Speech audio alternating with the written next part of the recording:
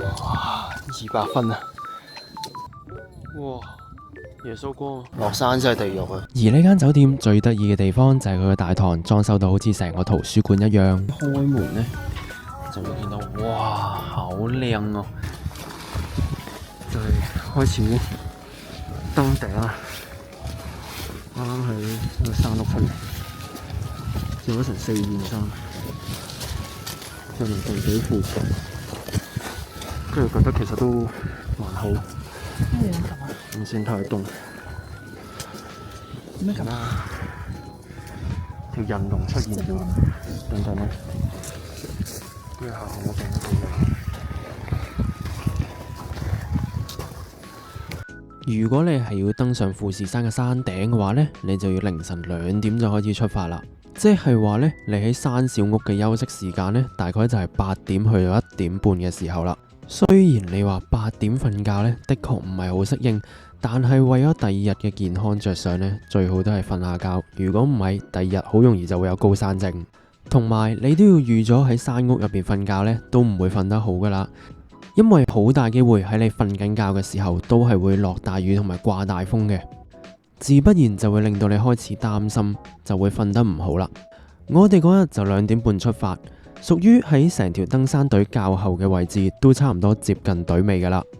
同埋上山嘅過程可能會遇到塞車，每個人嘅步速都唔同，大家就禮讓一下啦。同埋上到頂之後嘅氣溫真係十分之凍，記得帶多件衫啦。哇！而家我行咗有冇一半啊？但係見到出面個天都開始光，好靚。哇！真係唔係講玩笑，再加埋下邊嗰少少光，超正啊！上面都有光，一條燈嘅路。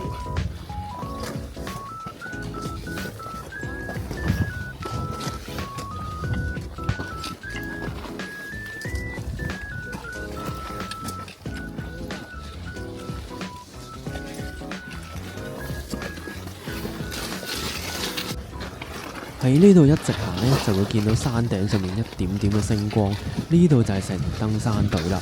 其實都係之字形咁樣一路兜上去，佢嘅路況都唔屬於太難行，但係佢嘅路況就係全部都係呢啲沙石路嚟噶啦，同埋成條路都比較暗，就要靠你盞頭燈先可以照得光，所以就記得睇清楚腳下嘅每一步先好行啦。如果唔係踩到啲大嚿嘅石頭拗柴就唔好啦。出邊個景真係不得了，哇！200分啊！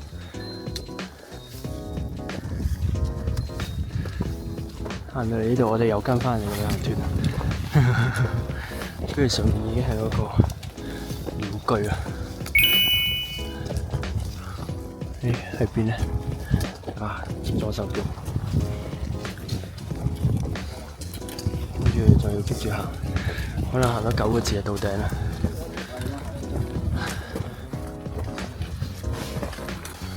哇！咁快已經到咗個鳥居，就喺前邊啫。然之後而家太陽開準備出嚟啦，好紅啊個天！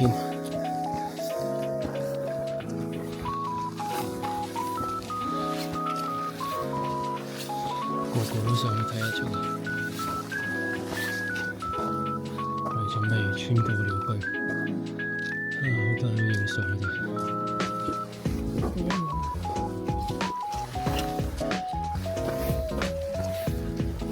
而家已經上到嚟9合目，呢個應該係嗰個搭出嚟俾人避風嗰啲 shelter 嚟嘅。跟住上邊仲係有人潮喺度，我哋已經有好多個人潮過咗啦。行行下呢，已經見到個太陽差唔多出嚟啦。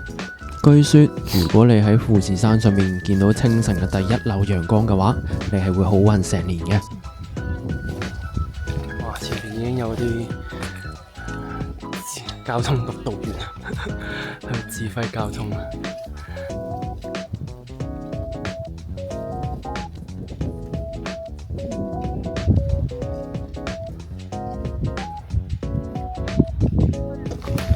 哇！我哋差唔多到頂啦，但係上面又開始塞車啦，成扎人塞住喺上面，唉，搞笑啊！邊勁靚，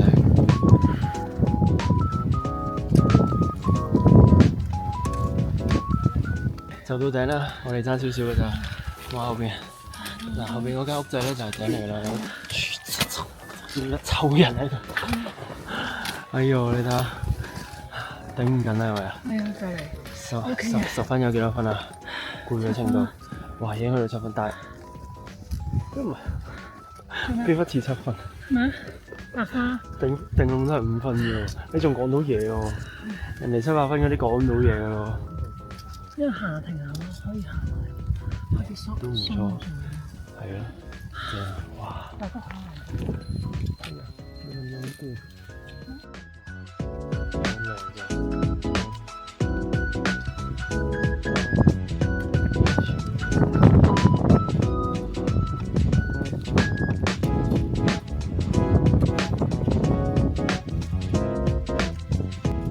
上面已經係有啲巨，係啊，呢隻飛豬啊！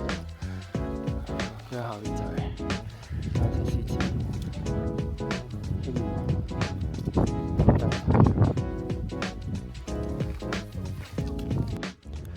呢個好似圓形彩虹咁嘅現象呢，就要喺翻咁上下高，然之後仲要前面係有雲先睇到嘅景象嚟嘅。上到嚟咁高嘅富士山，一定要將佢好好記錄低啊！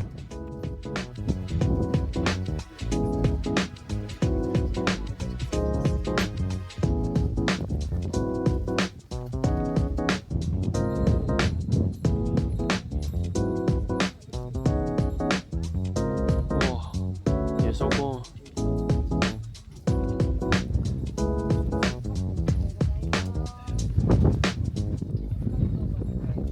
原本咧仲諗住行上去，唔知嘅，係咯，兜火山後圈。但係咧，我見到咁大霧咧，都係諗住唔好啦，太危險啦，完全睇唔到路咯。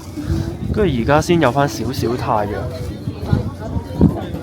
喺10點咯，咁啊嗰個位啦。但係咧，我哋兩個咧又係凍到傻嘅已經。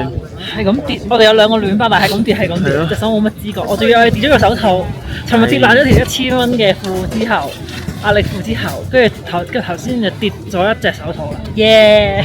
哎呀，而家真係凍都冇落，跟住又着翻件毛毛褸。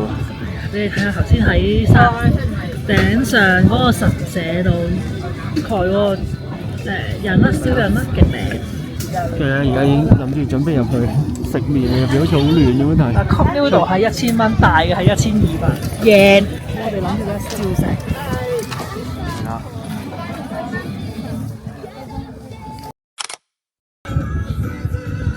而家唔知入唔入到啊？咦，好似揾到位喎！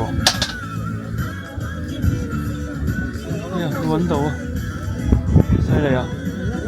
我都要2同1同2咧。1 and 2。One, two。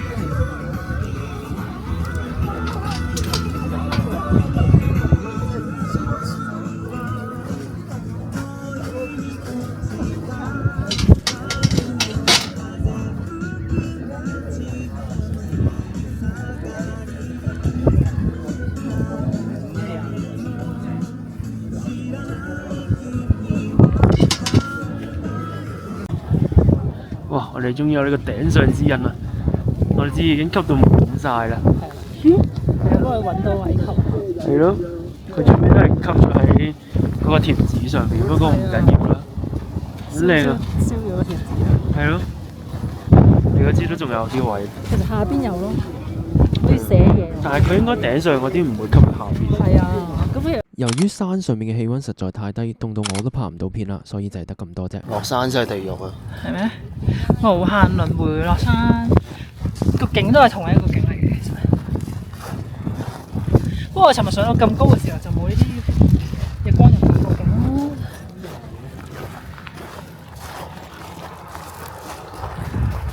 上到咁高都未天黑啊！尋日係冇咁曬啊，其實唔係，尋日冇咁曬嘅，我尋日係行嗰時係陰天啲嘅。今日個頂咧，而家就開始藍啲啦。不過其實個頂上好似都係有啲雲嘅。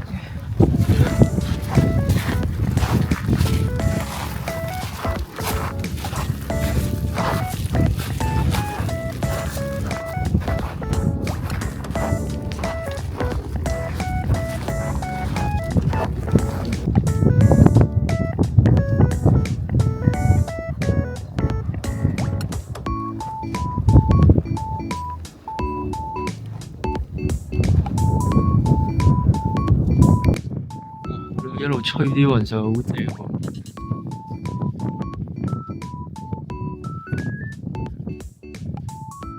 睇住佢喺度行樓梯咁，勁得意。佢真係一路沿住座山路上。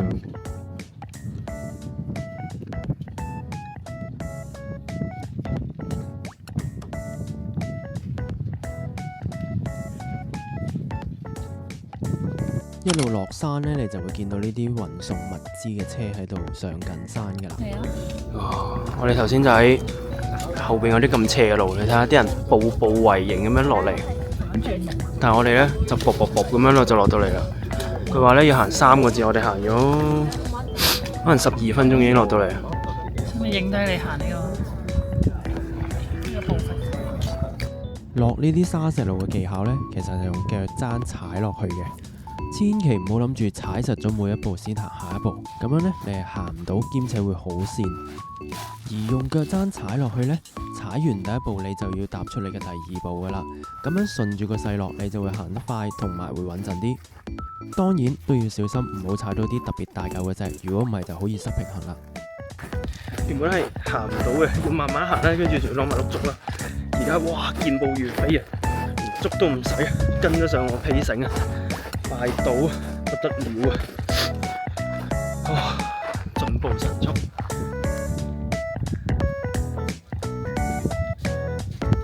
睇你啊！你睇行得幾快，一下子就落到嚟啦，果然犀利。呢個山間避難處係等有意外發生嘅時候，或者有碎石跌落嚟嘅時候，可以俾你匿入去。我頭先富士山上面咧仲係土嘅，一落到嚟咧已經係大量植被咯。哇！呢度係勁多綠色植物，好似去咗另外一個世界咁樣，誇張。畫風一轉，我哋已經返到嚟酒店啦。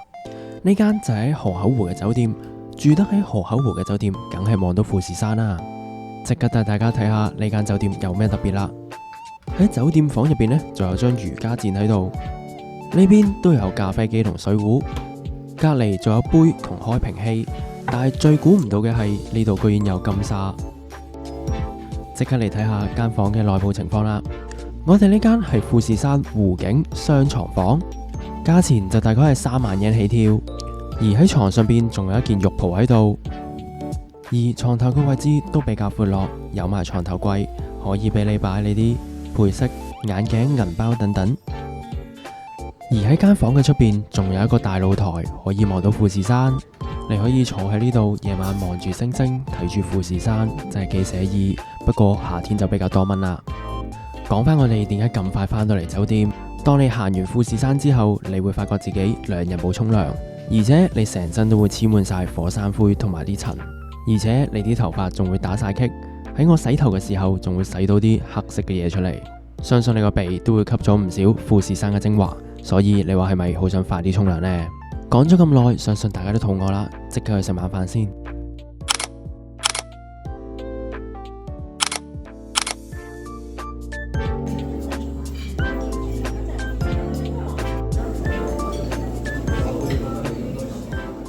而呢間酒店最得意嘅地方就係佢嘅大堂裝修到好似成個圖書館一樣，入到嚟呢度你就好似去咗另外一個世界。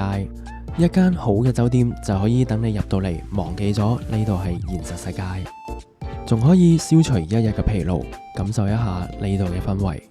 除此之外，呢度仲有間吧，大家可能都以為酒店嘅吧冇咩特別，但係呢度就有啲唔同啦。喺呢度你可以品嘗到日本比較出名嘅 whisky， 無論係 on rock 定水葛，調酒師都幫到你。呢度仲有調酒師 special，除咗打卡靚之外，飲落去都好好飲。